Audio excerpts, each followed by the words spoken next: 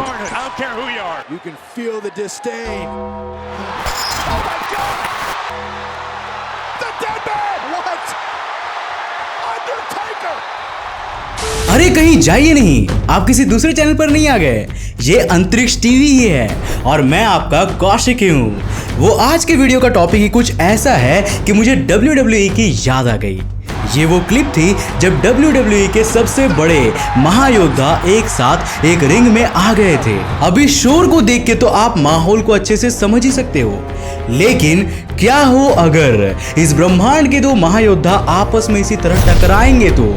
अब मैं किन महायोद्धाओं की बात कर रहा हूं और आखिर आज के इस वीडियो में ऐसा क्या खतरनाक होने वाला है, ये तो आप टाइटल और थंबनेल को देखकर समझ ही गए होंगे। लेकिन इसका अंजाम क्या होने वाला है ये आपको वीडियो को एंड तक देखने के बाद ही पता चलेगा। तो हेलो गाइस, मैं हूं कौशिक और चलिए शुरू करते हैं आज के इस नए वीडियो को। ट्विंकल ट्विंकल लिटिल स्टार, इस पोएम के बिना हमारा जीवन बिल्कुल अधूरा है। लेकिन जब यही स्टार एक सुपरनोवा करता है तो उत्पत्ति होती है एक ब्लैक होल की। ब्लैक होल भी कोई आसानी से समझा देने वाला सेलेस्टियल ऑब्जेक्ट नहीं है, बल्कि इसको घेरे हुए है अनगिनत थियरीज।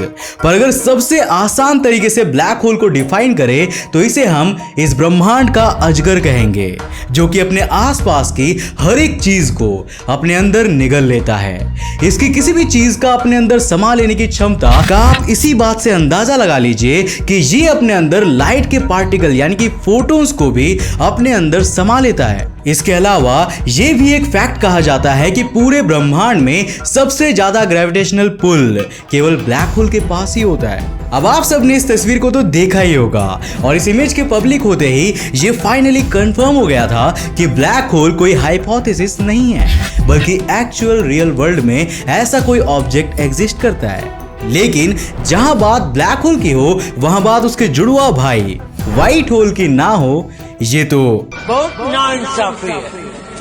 व्हाइट होल एक परिकल्पना है। जब तक इसके बारे में कोई ठोस सबूत नहीं मिल जाता तब तक तो इसे इसी नाम से पुकारा जाएगा।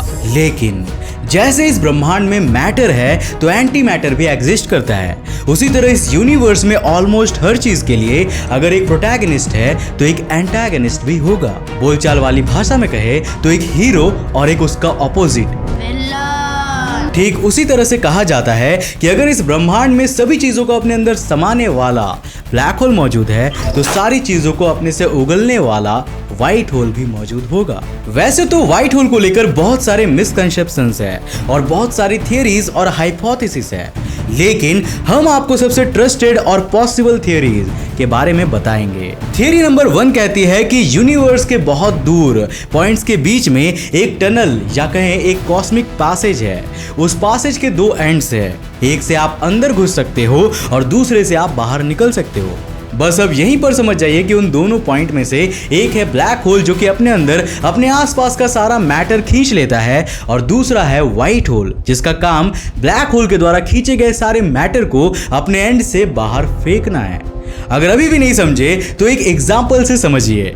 मान लीजिए आप ब्लैक होल के अंदर एंटर करते हैं, तब आपकी लोकेशन थी मिल्की वे गैलेक्सी में, लेकिन बस कुछ ही घंटों बाद आप एक व्हाइट होल से बाहर निकलते हैं बहुत सारे फोर्स के साथ। लेकिन इस बार आप पहुंचते हैं एंड्रोमेडा गैलेक्सी में। क्यों, है ना कमाल? बिल्कुल आलू डालकर सोना निकालने वाली मशीन की तरह। अब दूसरी थियरी भले ही कम पॉपुलर है लेकिन ज्यादा रियलिस्टिक लगती है। इसके हिसाब से ब्लैक होल अपने अंदर काफी ज्यादा मैटर कंप्रेस्ड फॉर्म में स्टोर कर लेता है और उसके बावजूद कंटिन्यूअसली एक पॉइंट ऑफ टाइम तक लगातार स्टोर करता ही रहता है। लेकिन जब इसकी सारी रिक्वायरमेंट सेटिस्फाइड हो जाती है तब यही ब्लैक होल एक व्हाइट होल में कन्वर्ट हो जाता है। जैसे एक सिंगुलैरिटी अचानक से बर्स्ट आउट होकर बहुत कुछ कर सकती है और अपने अंदर का सारा कॉम्प्रेस्ड मैटर पूरे ब्रह्मांड के रूप में बदल सकती है, वैसे ही व्हाइट होल को भी आप सिंगुलैरिटी का एक छोटा सा फॉर्म मान लीजिए। बस सिंगुलैरिटी कुछ ही घंटों में पूरी तरीके से एक्सप्लोड हो जाती है, जिसे हम बिग बैंग के नाम से जानते हैं, और व्हाइट होल एक इनडेफिनेट अमाउंट ऑफ टाइम तक अपना सारा मैटर रिलीज करता रहता है। व्हाइट होल्स होते हैं या नहीं, इसकी प्रोबेबिलिटी तो बिल्कुल गेस नहीं करी जा सकती है, क्योंकि इसके बारे में ना तो किसी महान साइंटिस्ट ने अपने रिसर्च पेपर्स निकाले और ना ही अपनी बुक में इसको मेंशन किया है।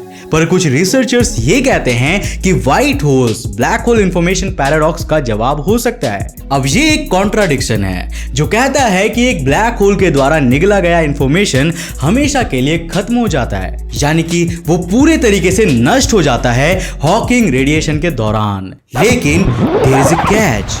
ये सिद्धांत असल में law of conservation of quantum information को ब्रेक करता है। इस लॉ के अकॉर्डिंग इंफॉर्मेशन या कहे तो क्वांटम इंफॉर्मेशन मतलब हर एक संरचना की जो क्वांटम सिस्टम के स्टेट का इंफॉर्मेशन होता है वो ना तो कभी डिस्ट्रॉय किया जा सकता है और ना ही कभी क्रिएट किया जा सकता है।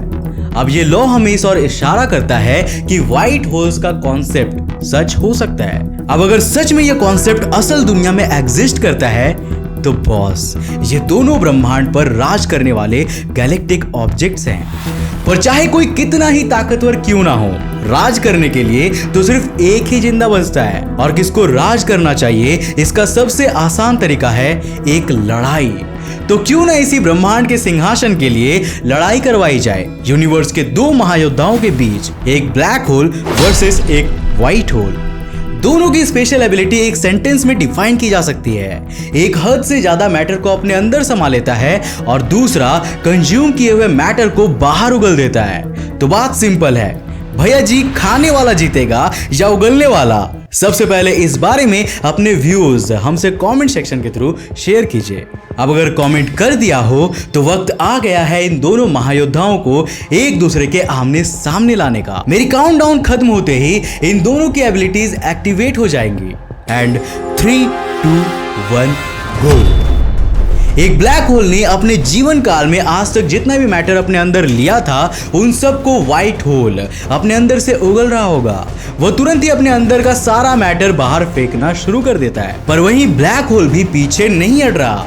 इन शॉर्ट ये मैटर एक पुराने समय के ब्लैक होल की गर्भ से निकलकर फेंका जा रहा है, वो वापस से दूसरे ब्लैक होल के अंदर चला जा रहा है। हम यहाँ पर इस थियरी पर बिलीव करके अपना पूरा आउटकम निकाल रहे हैं कि ब्लैक होल इवॉल्व होकर व्हाइट होल बनता है। जैसे जैसे व्हाइट होल अपने अंदर के सारे मैटर इंक्लूडिंग लाइट को ब्लैक होल की तरफ पूरे फोर्स के साथ भेजता है, उसे इक्विवेलेंट फोर्स के साथ ब्लैक होल सारे मैटर को अपने अंदर खींच लेता है। व्हाइट होल इतना सारा मैटर लगातार भेजता ही जा रहा है बट फिर भी ब्लैक होल का कुछ भी नहीं हो रहा। लेकिन ऐसा क्यों? अब इसे समझने के लिए हमें ब्लैक होल को लेकर थोड़ी सी कंसेप्चुअल स्टडी करनी होगी। मैथमेटिकली ब्लैक होल की एग्जैक्ट अमाउंट ऑफ टाइम या मैटर एब्जॉर्ब करने की कोई भी लिमिट नहीं है, वो उसकी सराउंडिंग लोकेशन और भी कई सारे फैक्टर्स पर डिपेंड करता है। स्टीफन हॉकिंग के सिद्धांतों को स्टडी कर रही साइंटिस्ट के एक टीम ने एक बार यह बयान भी दिया था कि ब्लैक होल कभी भी खत्म नहीं हो सकता और ये इनफाइनाइट अमाउंट ऑफ एनर्जी और मैटर को अपने अंदर अनंत काल तक खींचता रहेगा। लेकिन कोई भी चीज अनंत काल तक चलती रहे ये तो फिजिक्स के लॉज के भी खिलाफ है। पर अगर इस बात पर यकीन कर लेते हैं कि सारी पॉसिबिलिटीज एक बार को गलत है तो एक प्रूवन फैक्ट है ब्लैक होल के बारे में जो शायद ही आप में से कोई जानता होगा। According to some of the trusted research papers जिन्हें खुद नासा के साइंटिस्ट ने ही बनाया है, उनमें ये बात मेंशन की गई है कि जितना ज्यादा मैटर ब्लैक होल कंज्यूम करेगा उसके अंदर की ग्रेविटेशनल फोर्स और उसका साइज उतना ही ज्यादा बढ़ता जाएगा। जैसे कि हम इंसान अगर बहुत ज्यादा खाएंगे तो हम लोग भी मोटे हो जाएंगे, मगर फिर भी हमारे पास खाने को डाइजेस्ट करने के लिए और उसे बाहर निकालने के लिए काफी सारे तरीके मौजूद हैं। पर ब्लैक होल के पास ऐसा कोई भी मीडियम नहीं है, विच मीन्स एनी हाउ जितना ज्यादा एक ब्लैक होल अपने अंदर कंज्यूम करेगा वो उतना ही ज्यादा स्ट्रांग होता जाएगा। अगर इस सिचुएशन में टेक्निकली देखो तो ब्लैक होल वो सारा मैटर खा रहा है जो कभी एक दूसरे ब्लैक होल ने खाया था, विच इनडायरेक्टली मीन्स कि एक ब्लैक होल ने जितना अपनी पूरी लाइफ स्पैन में खाया था वो एक व्हाइट होल एक अलाइव ब्लैक होल को खिला रहा है। अब इससे और कुछ नहीं होगा बल्कि ब्लैक होल को खत्म करने के चक्कर में व्हाइट होल उल्टा उसे और ज्यादा स्ट्रांग बनाएगा। इतनी ज्यादा एनर्जी कंज्यूम करने की वजह से ब्लैक होल का साइज उसके प्रीवियस साइज से कम 10 गुना तो बढ़ ही जाएगा, जिससे क्रिएट हो जाएगा एक सुपर मैसिव ब्लैक होल। कुछ सालों के फीडिंग के बाद एक पॉइंट ऑफ टाइम ऐसा आएगा जब ब्लैक होल उस व्हाइट होल को पूरी तरह से कंज्यूम कर लेगा और इसी के साथ ये जंग यहीं पर खत्म हो जाएगी। लेकिन जितना आसान ये सब कुछ सुनने में लग रहा है, असल में ये बिल्कुल उल्टा ही निकलेगा, क्योंकि एक व्हाइट होल को अपने अंदर पूरी तरह से समा लेने में एक ब्लैक होल को कई हजार साल लगेंगे। व्हाइट होल इतना कमजोर भी नहीं होता जितना हम लोग समझ रहे हैं। लेकिन जब भी वास्तविकता में कुछ ऐसा होगा और अगर ब्लैक होल ने सच में एक जिंदा व्हाइट होल को खा लिया, तो मेरे हिसाब से वो ब्रह्मांड का सबसे बड़ा ब्लैक होल कहलाएगा।